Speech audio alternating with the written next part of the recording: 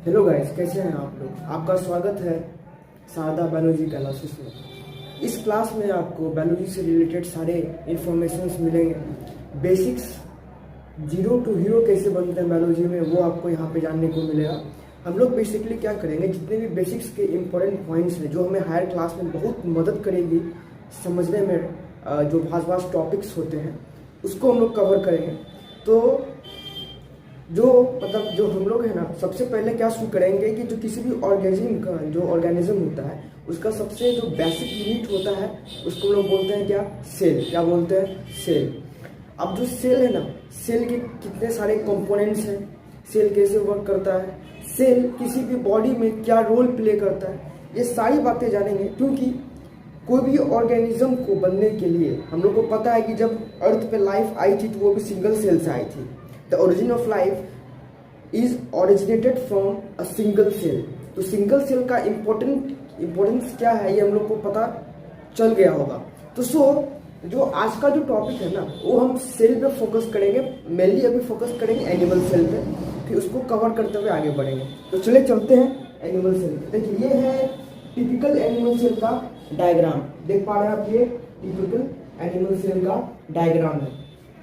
इस animal cell के किसी भी सेल्स में क्या होता है कि उसके कंपोनेंट्स को, जो सेल के जो अंदर में ये सारे कंपोनेंट्स है ना, उसको एक प्रोटेक्टिव लेयर प्रोवाइड करने के लिए उसके चारों तरफ एक मेम्ब्रेन होता है। ठीक है, ये मेम्ब्रेन क्या कैसा होता है, सेमी परमेबल हो सकता है, परमेबल हो सकता है। मतलब कि कौन से कंपोनेंट सेल्स के अंदर जाएंगे, कौन से कंपोनेंट सेल के बाहर जाएंगे, ये मेम्ब्रेन को पता होता है।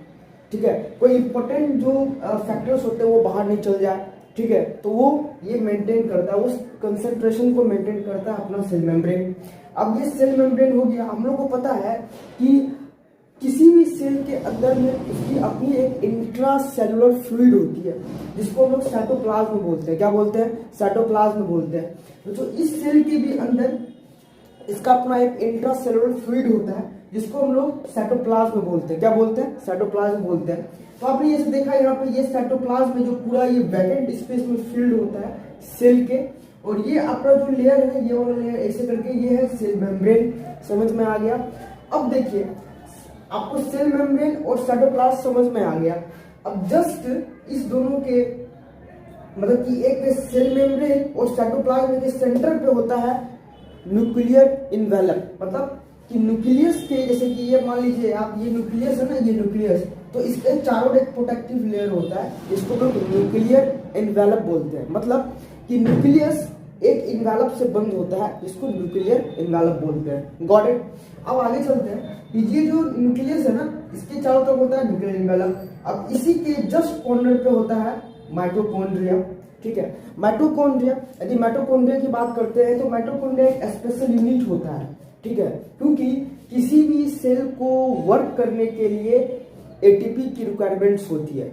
हम लोग बायोलॉजी के वर्ल्ड में वो किसी भी एनर्जी को एटीपी में डोनेट करते हैं, डिनोट करते हैं। जो एटीपी होता है वो माइटोकॉन्ड्रिया फॉर्म करता है। क्योंकि एटीपी का मतलब होता है एडिनो ट्राइफॉस्फेट, मतलब ये एक एनर्जी करेंसी है। ठीक है, जो ये माइटोकॉन्ड्रिया है ये एटीपी प्रोड्यूस करता है। ठीक है, उसके जस्ट साइड में राइबोसोम होता है। देखिए राइबोसोम एक इंपॉर्टेंट यूनिट है। ठीक है, क्योंकि राइबोसोम जो होता है ना, ये पहली बात तो राइबोसोम जो होता है ये पूरे सेल के चारों तरफ, मतलब कि साइटोप्लाज्म में हर जगह ये स्कैटर्ड होता है, फैला हुआ होता है। क्या होता है, ऐसे करके फैला होता है। ये जो राइबोसोम है ना, ये एक स्पेशल यूनिट भी क्यों है, क्योंकि जो ये राइबोसोम होता है इसका काम ये होता है ना कि जीनोम के अंदर, जीनोम मतलब जो अपना ये जीनोम है, ये जीनोम जो है ना, इसके अंदर जो भी आपको जेनेटिक इंफॉर्मेशन है उसको निकाल के, ठीक है, उसको निकाल के प्रोटीन के मतलब कि प्रोटीन को ट्रांसफर कर देते। Protein is the building block of the body, वो बॉडी को प्रोटीन बनाता है। ठीक है, अब प्रोटीन किससे बनता है, एमिनो एसिड के चेन से बनता है। मतलब कि एमिनो एसिड जुड़ेंगे तो प्रोटीन बनेंगे। अब जो एमिनो एसिड में जेनेटिक के इंफॉर्मेशन होते हैं जो प्रोटीन में जाते हैं, इस प्रोसेस को ट्रांसलेशन बोलते हैं। जो ये राइबोसोम है ना, ये जीनोम के इंफॉर्मेशन को प्रोटीन तक पास करता है। मतलब जो बॉडी आपका बनेगा प्रोटीन से, उसका कैसा फिजियोलॉजी होगा, कैसा मॉर्फोलॉजी होगा, ये सारा जानकारी इंफॉर्मेशन आपको जीनोम के अंदर होता है, और उस इंफॉर्मेशन को निकाल कर और न्यू बॉडी में पास करना, it is the work of ribosome. ये राइबोसोम का काम होता है। अब देखिए ये राइबोसोम हर जगह फैला होता है। जिस जगह राइबोसोम एंडोप्लाज्मिक रेटिकुलम से ज्वाइंट हो जाता है उसको हम लोग बोलते हैं रफ एंडोप्लाज्मिक रेटिकुलम, मतलब ये वाला एरिया। मतलब कि राइबोसोम पूरे सेल के अंदर फैला होता है। जिस पॉइंट पे ये राइबोसोम एंडोप्लाज्मिक रेटिकुलम से जुड़ेगा उसको बोलेंगे रफ एंडोप्लाज्मिक रेटिकुलम। क्या बोलेंगे? रफ एंडोप्लाज्मिक रेटिकुलम बोलेंगे। ठीक है। अब देखिए जब ये रफ एंडोप्लाज्मिक रेटिकुलम में जाता है उसके बाद हम सारे कंपोनेंट्स को देखेंगे। ठीक है। अभी हम सिर्फ इसके डायग्रामेटिक जो वैल्यूज लिखे हुए हैं यहाँ पे ना उसको सिर्फ हम जानते हैं। रफ एंडोप्लाज्मिक रेटिकुलम समझ में आ गया। अब आगे चलते हैं। किसी भी सेल्स में क्या होता है ना कि उसके चारों तरफ सिलियाज होते हैं। ठीक है। ऐसे करके फ्लैजिला टाइप, मतलब कि फिंगर लाइक प्रोजेक्शन एक स्ट्रक्चर होता है। ऐसे करके एक छोटा होता है एक बड़ा होता है। जो बड़ा वाला होता है ना उसको हम लोग सिलियम बोलते हैं, और जो छोटा वाला होता है उसको हम लोग माइक्रोवाइलस बोलते हैं। Micro it is small, so it is called microvillus. तो इसको हम लोग माइक्रोवाइलस बोलते हैं। Got it. अब देखिए उसके बाद एक स्ट्रक्चर आता है इसको लोग सेंट्रोसोम बोलते हैं। ठीक है। सेंट्रोसोम जो होता है ना वो कुछ डॉट लाइक स्ट्रक्चर टाइप का होता है। जैसे अभी आप देख पा रहे हैं डॉट लाइक स्ट्रक्चर, इसको सेंट्रोसोम होता है। सेंट्रोसोम डॉट के सेंटर पे जो होता है वो सेंट्रियोल होता है। क्या होता है? सेंट्रियोल होता है। ये जो सेंट्रियोल है ना, मतलब कि जो सेंट्रोसोम डॉट लाइक स्ट्रक्चर उसके सेंटर पे जो होता है उसको सेंट्रियोल बोलते हैं। इसके सारे वर्ड हम जानेंगे। अभी हम सिर्फ ये देखते हैं कि ये किसका, मतलब कि कौन सा कंपोनेंट का क्या नाम है और कहाँ पे प्लेस्ड होता है। ठीक है। तो उसके बाद उससे हम बैकवर्ड चलते हैं थोड़ा सा। तो जो ये सेंट्रोसोम के नीचे देख तो यहाँ होता है पेरोक्सोम, देख रहे हैं, है ना। उसके बाद लाइसोसोम। इसी तरह एक कंप्लीट एनिमल सेल आपको इस तरह का होता है जिसमें microvillus, mitochondria, ribosome, smooth endoplasmic reticulum, cytoplasm, किसी भी सेल्स के प्रोटेक्टिव लेयर को सेल मेम्ब्रेन या प्लाज्मा मेम्ब्रेन, सेल के वैकेंट स्पेस में उसकी एक अपनी इंट्रासेल्युलर फ्लूइड होती है जिसको हम लोग साइटोप्लाज्म बोलते हैं एनिमल्स में।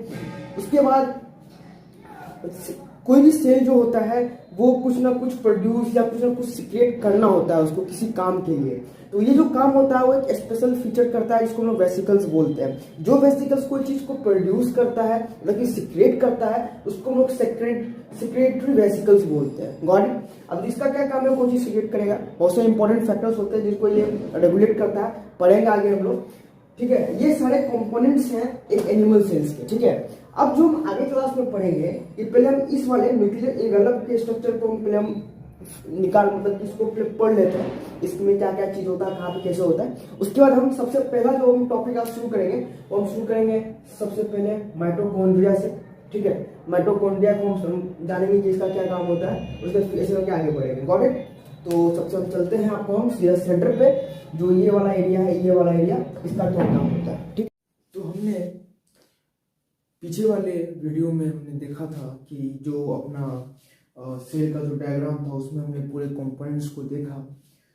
तो मैंने बोला था कि जो सेंटर ऑफ द सेल होता है ना, जिसको हम लोग न्यूक्लियस बोलते हैं, उसका डायग्राम हम अलग से बनाएंगे और उसको फिर हम अलग से समझेंगे। ठीक है। तो मैं आ गया सेंटर के डायग्राम पे। ये एक टिपिकल यूकैरियोटिक न्यूक्लियस होता है। सबसे पहले हमको ये समझना पड़ेगा कि जो यूकैरियोटिक सेल्स होते हैं या प्रोकैरियोटिक सेल्स होते हैं, इसमें दोनों में डिफरेंस क्या होता है। तो जो यूकैरियोटिक सेल्स होता है, ये जो यूकैरियोटिक न्यूक्लियस है, मतलब यूकैरियोटिक सेल्स के जो न्यूक्लियस होते हैं उसमें और जो प्रोकैरियोटिक्स होते हैं उसमें क्या अंतर होता है। तो सबसे पहला बात हमको ये समझना पड़ेगा, जो यूकैरियोटिक सेल्स होते हैं इसका ये मतलब हुआ कि जो उसका न्यूक्लियस होगा ना वो एक प्रोटेक्टिव लेयर से कवर्ड होगा जिसको हम लोग न्यूक्लियर एनवेलप बोलते हैं या न्यूक्लियर मेम्ब्रेन बोलते हैं। Got it. लेकिन जो प्रोकैरियोटिक सेल्स होते हैं उसमें न्यूक्लियस नहीं होता, डिस्टिंक्ट न्यूक्लियस नहीं पाया जाता, मतलब एक सर्टेन, एक निर्धारित न्यूक्लियस नहीं होता।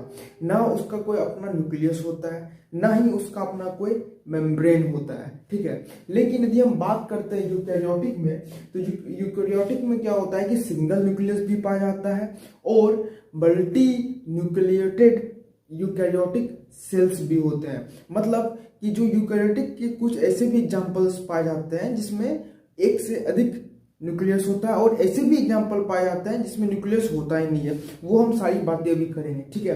तो सबसे पहले हम फोकस करते हैं न्यूक्लियस के डायग्राम पे। जो अपना न्यूक्लियस का जो डायग्राम होता है वो कुछ इस तरह का होता है। ये वाला आप स्ट्रक्चर देख रहे हैं, ये वाला आप देख रहे हैं ना, ये स्ट्रक्चर, इसको हम लोग बोलते हैं एक टिपिकल न्यूक्लियस। अब जो ये वाला जो सेंटर, मतलब कि ये वाला जो पार्ट है ना, ये ऊपर वाला जो आप लाइन लाइन देख रहे हैं, ये प्रोटेक्टिव लेयर है, ठीक है। ये जो आप देख रहे हैं इसको हम लोग बोलते हैं न्यूक्लियर इन्वेलप। क्या बोलते हैं? न्यूक्लियर इन्वेलप बोलते हैं। जो ये न्यूक्लियर इन्वेलप होता है इसके बारे में कुछ हम जानते हैं। जो ये न्यूक्लियर इन्वेलप होता है, ये क्या होता है ना, कि जो ये अपना जो न्यूक्लियर इन्वेलप होता है, ये डबल लेयर का होता है, ठीक है। किसका होता है ना? डबल लेयर का होता है, ठीक है। डबल लेयर होने के अलावा इसमें और क्या फीचर्स होते हैं कि जो अपना न्यूक्लियर इन्वेलप होता है ये फॉस्फोलिपिड का बना होता है। किसका होता है? फॉस्फोलिपिड बायलेयर होता है। मतलब कि ये इसका जो कंपोजिशन होता है, इसके अंदर जो मतलब कि जो पाया जाता है ना, जिससे ये बना हुआ होता है, कंपोज होता है, उसको हम लोग बोलते हैं क्या? उसको हम लोग बोलते हैं फॉस्फो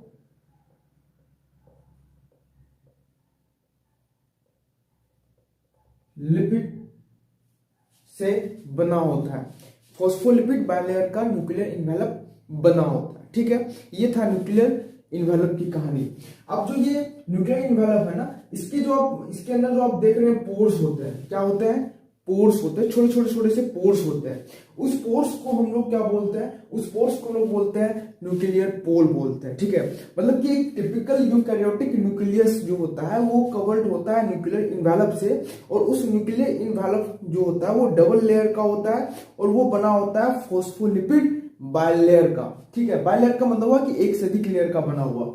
अब ये जो न्यूक्लियर इन्वेलप होता है ना, इसके अंदर छोटे से पोर्स होते हैं जिसको हम लोग न्यूक्लियर पोर बोलते हैं। इसका भी एक स्पेसिफिक फंक्शन होता है। Nuclear pore has a specific function.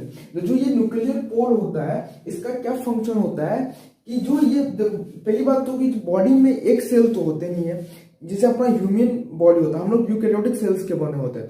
जो हम लोग का ह्यूमन बॉडी होता है इसमें मिलियंस ऑफ सेल्स होते हैं, ठीक है। जो मिलियंस ऑफ सेल्स होते हैं उनको क्या जरूरत होती है कि एक से दूसरे सेल्स के बीच में कनेक्टिविटी होती है, एक इंटीग्रेशन होता है। तो जो ये बहुत सारे जो सेल्स होते हैं इसके बीच में जो ये कनेक्टिविटी होता है, मतलब कि जो ये न्यूक्लियर पोल है ना, न्यूक्लियस क्या करता है? न्यूक्लियस में मतलब मेनली क्या होता है? कमांड सेंटर ऑफ सेल होता है। मतलब कि सेल का जो रेगुलेटरी फंक्शन होता है, जो उसको रेगुलेट करता है, वो कौन करता है? न्यूक्लियस करता है। मतलब सेल कितना बढ़ेगा, सेल का जो शेप एंड साइज कैसा होगा, सेल का जो ग्रोथ होगा वो कैसा होगा, it's all done by nucleus. Nucleus से ये सारे कंट्रोल्स होते हैं। तो जो अपना न्यूक्लियर पोर होता है ना, यहां से क्या होता है कि दूसरे सेल्स में, मतलब कि इसके अलावा जो और सेल्स होते हैं इसमें ये न्यूक्लियर पोल के थ्रू आरएनए एंड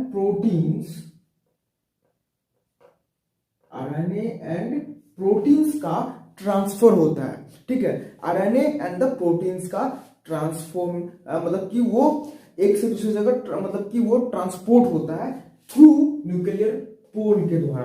अब जो ये न्यूक्लियर पोर है ना, इसका क्या काम हमको समझ में आ गया कि ये आरएनए और प्रोटीन्स को एक से दूसरे सेल के पास पहुंचाया जाता है। या हम लोग ये बोल सकते हैं कि एक न्यूक्लियस जो होता है, मतलब कि एक सेल के अंदर जो न्यूक्लियस होता है वो दूसरे सेल के अंदर के न्यूक्लियस से कम्युनिकेट करता है। किसके थ्रू करता है? तो न्यूक्लियर पोर के थ्रू करता है। अब हम बात करते हैं न्यूक्लियर जो ये वाला पार्ट है ना, इसी के अंदर न्यूक्लियस होता है। अब हम बात करते हैं सिस्टर्नी के बारे में। जो ये सिस्टर्नी होता है इसका स्ट्रक्चर देख लीजिए। जो सिस्टर्नी होता है वो कुछ इस तरह का होता है, ठीक है। देखो सिस्टर्नी का जो फंक्शन होता है वो बहुत कॉम्प्लेक्स होता है। इस टॉपिक को समझने के लिए हमें लगभग 4 से 5 क्लास लगेगा। तो अभी हम इसको ऊपर समझते हैं। जब इसके बारे हम जब इसको एक इंडिविजुअल टॉपिक पे समझेंगे तब इसको और ब्रीफ में समझेंगे। सिस्टर्नी का मेन काम क्या करता है? ये जो ये होता है ना, ये ग्लाइकोसिलेशन करता है। किसका? प्रोटीन और लिपिड का। अब ये भैया ग्लाइकोसिलेशन क्या होता है? जो ये ग्लाइकोसिलेशन है ना, इसका ये मतलब होता है कि जो प्रोटीन्स के जो कंपाउंड्स होते हैं उसमें कार्बोहाइड्रेट का एडिशन होता है। मतलब जो कार्बोहाइड्रेट जब प्रोटीन से मिलता है उस प्रोसेस को हम लोग ग्लाइकोसिलेशन बोलते हैं। उस प्रोसेस को हम लोग क्या बोलते हैं? ग्लाइकोसिलेशन बोलते हैं। क्या बोलते हैं? ग्लाइकोसिलेशन बोलते हैं। अब जो ग्लाइकोसिलेशन है ना, ये किसके थ्रू होता है? ये सिस्टर्नी के थ्रू होता है। अब इसके सिस्टर्नी के लॉन्ग हेड्स होते हैं, शॉर्ट हेड्स होते हैं, इसके बारे में हम ब्रीफ में जब पढ़ेंगे तब। नहीं तो अभी मैं ये भी बताने लगूँ तो फिर कंफ्यूजन होने लगेगा, ठीक है। तो ये हो गया सिस्टर्नी का वर्क। अब हम आगे बढ़ते हैं न्यूक्लियोलस के बारे में। जो ये न्यूक्लियोलस है ना, ये सेंटर में होता है। एक्चुअली जो न्यूक्लियोलस होता है ये बना होता है प्रोटीन से, आरएनए से, ठीक है। मतलब क्या हुआ? जो न्यूक्लियोलस है it is the composed of RNA and the protein. Got it? RNA protein का न्यूक्लियस बना होता है। मतलब क्या हुआ कि जो अपना एमिनो एसिड्स होते हैं, एमिनो एसिड्स की चेन को क्या बोलते हैं? प्रोटीन बोलते हैं। मतलब प्रोटीन का जो फॉर्मेशन होता है वो एमिनो एसिड से होता है। अब ये जो प्रोटीन्स होते हैं वो कहाँ पे होते हैं? वो न्यूक्लियस के अंदर होते हैं। अब जो ये न्यूक्लियस है ना, ये न्यूक्लियस ये एक्चुअली ये इसको कंपोज रखता है। अब मान लीजिए कहीं भी प्रोटीन की जरूरत पड़ी बॉडी में तो ट्रांसफर हो जाएगा। समझ में आया बात? अब ये जो स्ट्रक्चर आप देख रहे हैं, ये वाला स्ट्रक्चर जो आप देख रहे हैं, जो न्यूक्लियस के चारों तरफ जो ये बना हुआ है, इसको हम लोग बोलते हैं क्रोमेटिन। ये कंडेंस फॉर्म में होता है। कंडेंस का फॉर्म क्या था? बहुत घना होता है। तो जो न्यूक्लियस के जो चारों तरफ जो आपको स्ट्रक्चर दिख रहे हैं उसको हम लोग क्रोमेटिन बोलते हैं। एक्चुअली क्रोमेटिन का क्या काम होता है ना, कि क्रोमेटिन एक्चुअली उसको हम लोग बोलते हैं जब जो अपना प्रोटीन आयंस होते हैं ये एक चेन के फॉर्म में आ जाते हैं। अब बहुत सारे में आ जाते हैं, मतलब सिंगल नहीं रहेंगे, बहुत ग्रुप्स में होंगे। जब ये ग्रुप्स में होंगे तब इनको क्रोमेटिन रेफर्ड किया जाता है, ठीक है। क्या किया जाता है? इनको क्रोमेटिन रेफर्ड किया जाता है। Got it? अब हम लोग का जो नेक्स्ट जो हम लोग का ये होगा, ये हम लोग मतलब कि एक न्यूक्लियस को उठाते हैं, उसके डायग्राम को बनाते हैं, फिर समझते हैं कि न्यूक्लियस के अंदर के कंपोनेंट्स क्या होता है। अभी तक हमने ओवरऑल क्या पढ़ लिया? ओवरऑल में सेल को पढ़ा कि सेल के अंदर क्या क्या होता है। हम लोगों ने ये पढ़ा था कि सेल के अंदर न्यूक्लियस होता है, सेल के अंदर माइटोकॉन्ड्रिया होता है, सेल के अंदर राइबोसोम होता है। हम लोग ने ये पढ़ा था सेल के अंदर माइक्रोविलाई होता है, सेल के अंदर वेलस होता है। हम लोग ने ये पढ़ा था सेल के अंदर क्या होता है कि स्मूथ एंडोप्लाज्मिक रेटिकुलम होता है, रफ एंडोप्लाज्मिक रेटिकुलम होता है। हम लोग ये सारे पढ़ा था। राइबोसोम्स होते हैं, हम लोगों ने ये सब के बारे में पढ़ा था। फिर उसके बाद हमने क्या किया कि centre of the cell part था, इसको हम लोग command centre of the cell बोलते हैं, उसको हमने यहाँ पे रखा। अब जब इसको हम लोग ने देख लिया कि इसके अंदर के कौन कौन से कंपोनेंट है। मतलब एक यूकेरियोटिक न्यूक्लियस के अंदर में इतने सारे कंपोनेंट्स होते हैं। जो एक न्यूक्लियस होता है उसके अंदर उसके चारों तरफ एक प्रोटेक्टिव लेयर होता है, उसको लोग न्यूक्लियर एनवेलप बोलते हैं। न्यूक्लियर एनवेलप जो होता है वो डबल लेयर का बना होता है। डबल लेयर का बनने के बाद इसमें इसके जो कंपोजिशन होते हैं वो फॉस्फोलिपिड का होता है, वो बाय लेयर होता है। मतलब ये 2 लेयर है तो फॉस्फोलिपिड का 2 लेयर का बना होता है, इसको लोग न्यूक्लियर एनवेलप बोलते हैं। उसके बाद हमने पढ़ा कि एक जो सेल के जो न्यूक्लियस होते हैं वो दूसरे सेल के न्यूक्लियस से कैसे कम्युनिकेट करता है, तो वो करता है न्यूक्लियर पोर के थ्रू करता है। यहां से ये क्या करता है, आरएनए और प्रोटीन्स को ट्रांसफर करता है कम्युनिकेशन के लिए। Got it? अब उसके बाद हमने पढ़ा कि जो न्यूक्लियोलस होता है उसका क्या काम होता है। न्यूक्लियस में भी आरएनए प्रोटीन फॉर्म स्टोर्स होते हैं। वो जो आप जो इसके चारों तरफ जो स्ट्रक्चर्स देख रहे हैं ये क्रोमेटिन होता है, क्रोमेटिन फाइबर जिसको हम लोग बोलते हैं। क्रोमेटिन एक्चुअली होता क्या है कि एक धागा लाइक स्ट्रक्चर होता है, ठीक है। एक्चुअली वो क्या होता है ना कि धागा लाइक स्ट्रक्चर, उसमें अन्य प्रोटीन्स के कंडेंस फॉर्म होते हैं, मतलब बहुत सारे फॉर्म्स होते हैं, उसको हम लोग क्रोमेटिन्स बोलते हैं। फिर हमने पढ़ा कि सिस्टर्नी क्या होता है, it is a component of a nucleus. Cisternae का क्या होता है कि ये बायोकेमिस्ट्री में भी आता है और बायोलॉजी मतलब बायोकेमिस्ट्री हम लोग पढ़ेंगे जब टिपिकली जब हम लोग एमिनो एसिड्स के चैप्टर पर घुसेंगे तो हमको वहां भी पढ़ना होता है। यहाँ पे हम लोग बस ये जान लेते कि glycosylation of protein and lipid is done by the cisternae. Glycosylation का मतलब क्या होता है कि जो प्रोटीन्स के जो कंपाउंड्स होते हैं, मैक्रोमोलिक्यूल्स जो होते हैं, उसमें कार्बोहाइड्रेट का एडिशन होता है। उसको उस प्रोसेस को हम लोग ग्लाइकोसिलेशन बोलता है। ये प्रोसेस कहाँ पे होता है? सिस्टर्नी के अंदर होता है। Got it? ये तो एक टिपिकल था, ठीक है। अब हम न्यूक्लियस को उठाते हैं और फिर न्यूक्लियस में चलते हैं। इससे पहले मैंने बताया था कि जो यूकेरियोटिक सेल्स होते हैं इसके कुछ एग्जांपल्स भी हमको देखना है। तो सबसे पहले हम एक एग्जांपल उठाते हैं आरबीसी, जिसको हम लोग बोलते हैं रेड ब्लड सेल। क्या उठाते हैं? आरबीसी। हम लोग इसको क्या बोलते हैं? Red blood cells. ये यूकैरियोटिक जो ऑर्गेनिजम्स होते हैं उसके अंदर ये आरबीसी पाया जाता है, रेड ब्लड सेल्स पाया जाता है। जो ये रेड ब्लड सेल्स है ना, इसमें न्यूक्लियस नहीं होता, इट इज इन्यूक्लिएटेड होता है। लेकिन है तो एग्जांपल यूकैरियोटिक का, तो मैंने इससे पहले क्या बोला था कि जो यूकैरियोटिक सेल्स होते हैं इसके अंदर न्यूक्लियस नहीं भी पाया जाता है। It is the example here is the example of RBC has no nucleus, but it is the example of eukaryotic cells के। आरबीसी के अंदर न्यूक्लियस नहीं होता है। यदि हम बात करें, मैंने ये भी बोला था कि जो यूकैरियोटिक ऑर्गेनिजम्स होते हैं इसके एक से अधिक न्यूक्लियस भी पाए जाते हैं। उसका एग्जांपल, दूसरा एग्जांपल जो होता है उसका नाम हम रखते हैं स्लाइम मोल्ड्स। क्या नाम बोलते हैं इसको? Slime moulds. जो स्लाइम मोल्ड्स होते हैं इसके अंदर एक से अधिक न्यूक्लियस पाए जाते हैं। It is a multi nucleated organism. जो स्लाइम मोल्ड्स होता है इसके अंदर एक से अधिक न्यूक्लियस पाया जाता है। ठीक है, तो ये था अपना एक टिपिकल यूकैरियोटिक न्यूक्लियस के इसके कंपोनेंट्स क्या है। अब हम तुरंत चलते हैं न्यूक्लियस पे। न्यूक्लियस पे फिर हम देखेंगे कि न्यूक्लियस के क्या कंपाउंड होता है। उसके बाद फिर मैं बताऊंगा कि आगे का टॉपिक हमको क्या पढ़ना है। ठीक है, सबसे पहला बात, हमको पता है कि किसी भी सेल के अंदर अपना उसका इंट्रासेलुलर फ्लूइड होता है। ठीक है, तो सेल के अंदर का जो इंट्रासेलुलर फ्लूइड होता है उसको लोग साइटोप्लाज्म बोलते हैं। उसी तरह न्यूक्लियस के अंदर भी उसका एक इंट्रासेलुलर फ्लूइड होता है जिसको हम लोग न्यूक्लियोप्लाज्म बोलते हैं। Got it? अब जो ये न्यूक्लियोप्लाज्म है इसमें क्या होता है ना कि न्यूक्लियोप्लाज्म इसमें बहुत सारे काम के लिए यूज होता है। न्यूक्लियोप्लास्ट से कोई भी मतलब कि कोई भी फंक्शन होगा जब ये कोऑर्डिनेट करेगा दूसरे सेल से।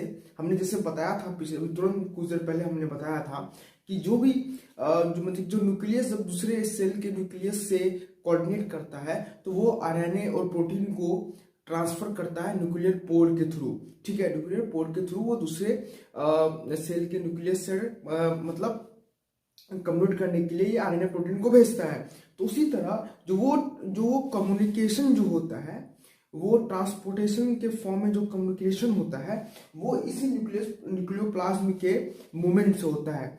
मतलब कि एक तरह से हम कह सकते हैं कि high concentration to lower concentration जब ये मूवमेंट करता है न्यूक्लियोप्लाज्म तब ये कम्युनिकेशन हैपन होता है। समझ में आ गया?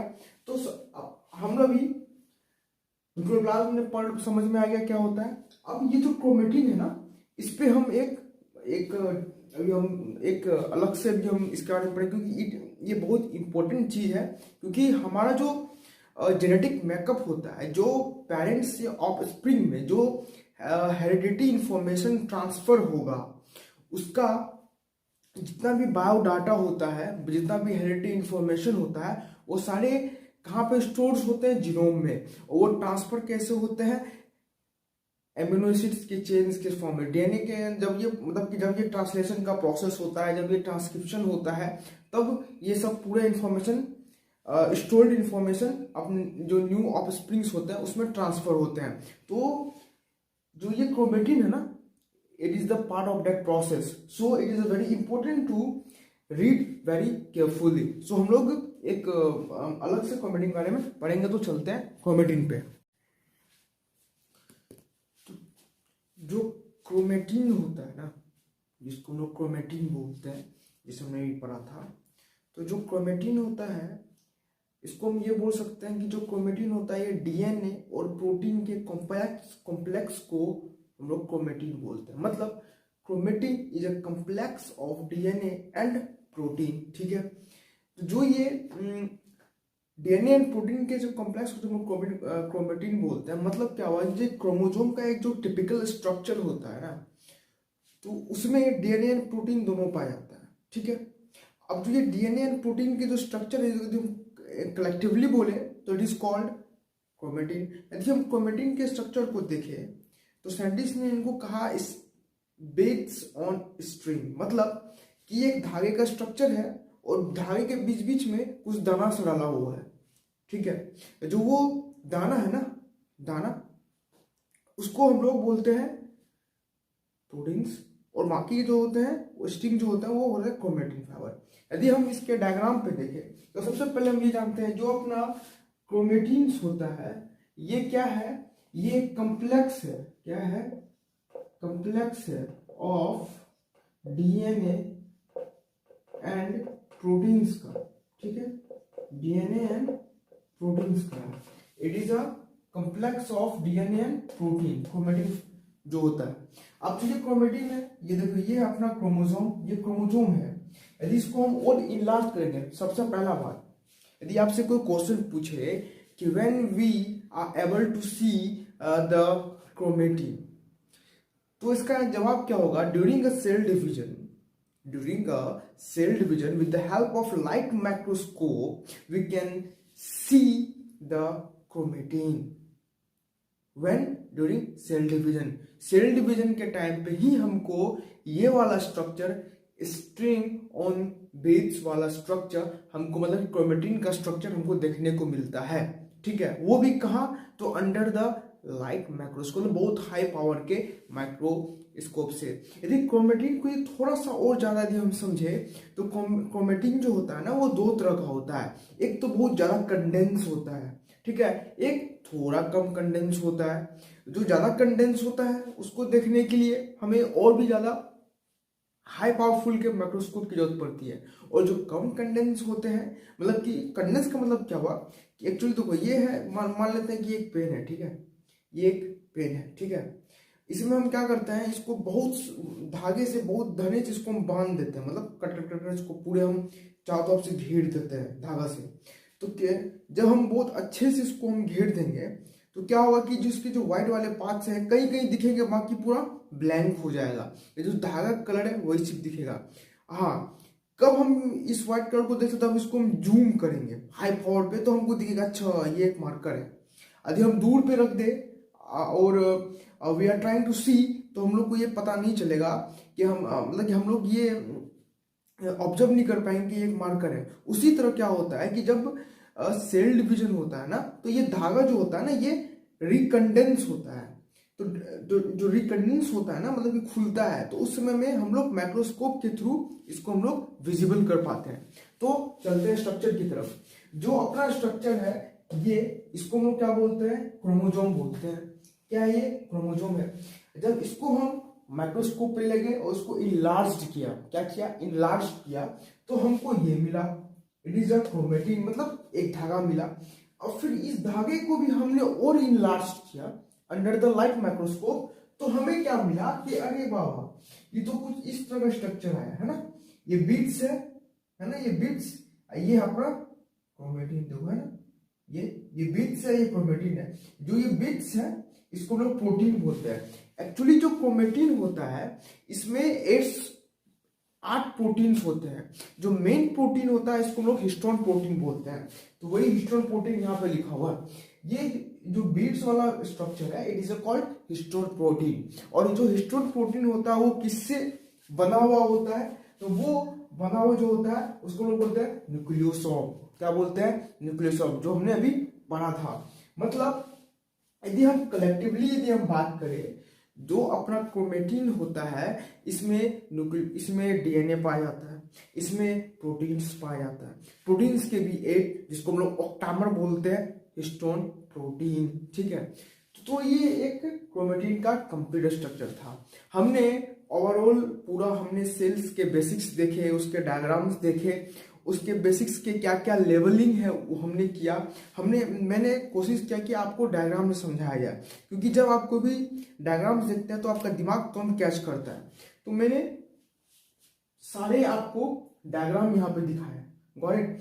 तो आप ये डायग्राम को जब आप वीडियो रिप्ले करोगे तो आप इसको रोक के आप ही डायग्राम कर लेना। इससे क्या होगा कि जब at the time of revise आपको ये बहुत ज्यादा मदद करेगा। और ये किसी भी कॉम्पिटेटिव एग्जाम हो, कोई भी गवर्नमेंट का एग्जाम हो, नीट का हो या किसी भी ग्रेजुएशन लेवल का एग्जाम हो, इसमें हर जगह आपको यहाँ से क्वेश्चन आता है और ये आपको मदद करेगा at the time of examination revise करने के, ठीक है। तो ये अपना सेल्स के बेसिक्स था जो मैंने बताया कि बेसिक्स से ही आप आगे के बायोलॉजी को पढ़ने में मजा आएगा। तो हमने बेसिक्स यहाँ पे करवाया। अब जो नेक्स्ट टॉपिक हम लोग का वो होगा, मैंने सोचा है कि माइटोकॉन्ड्रिया को हम लोग सबसे पहले शुरू करेंगे। तो आप कमेंट करके जरूर बताइएगा कि आपको क्या पहले माइटोकॉन्ड्रिया शुरू करें या कुछ और शुरू करें। और the if you have any questions related to this video so please comment down below. आप कमेंट कर सकते हैं। यदि इसमें कोई भी आपको टॉपिक समझ में नहीं आया, कोई भी ऐसा टर्म आपको समझ में नहीं आया, वो आप पूछ सकते हैं, मैं आपको बताऊंगा। यदि आप चाहेंगे कि आप उस टॉपिक पे एक स्पेसिफिक वीडियो हमको बना के दें तो मैं वो भी आपको बना के दे दूंगा। ठीक है, थैंक यू। आपको शारदा बायोलॉजी क्लासेस में आपका आने के लिए स्वागत।